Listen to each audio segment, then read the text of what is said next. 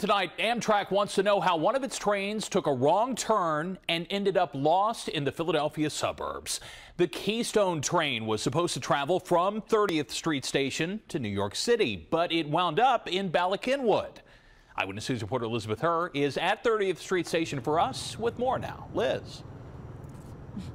Well, Chris, Amtrak officials say they are still in the process of trying to get to the bottom of this. In the meantime, tonight we talked to some passengers. Some seem to understand, calling it a mistake. Others say it is downright scary, saying it could have been disastrous. Wow. Worried and baffled, and some even relieved. I'm glad it wasn't mine. Yeah. Are most travelers we talked to at 30th Street Station.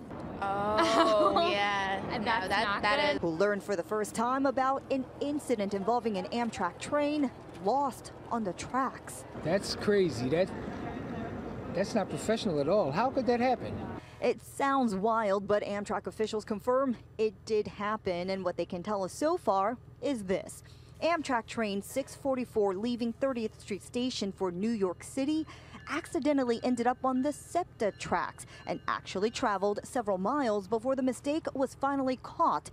That's when the train did stop, and that was at the Bala Cynwyd station. Mistakes happen. I come from that industry in the utilities, and it's hard to coordinate, systems like that, and I feel bad for those folks. It happened last Thursday, and according to Amtrak, the 130 passengers on board may have been inconvenienced, but everyone was safely brought back to Philly, put on a different train, and taken to New York that second time without incident. Definitely an investigation just so it doesn't happen again. I don't think anybody should get fired. Maybe, disciplinary, definitely.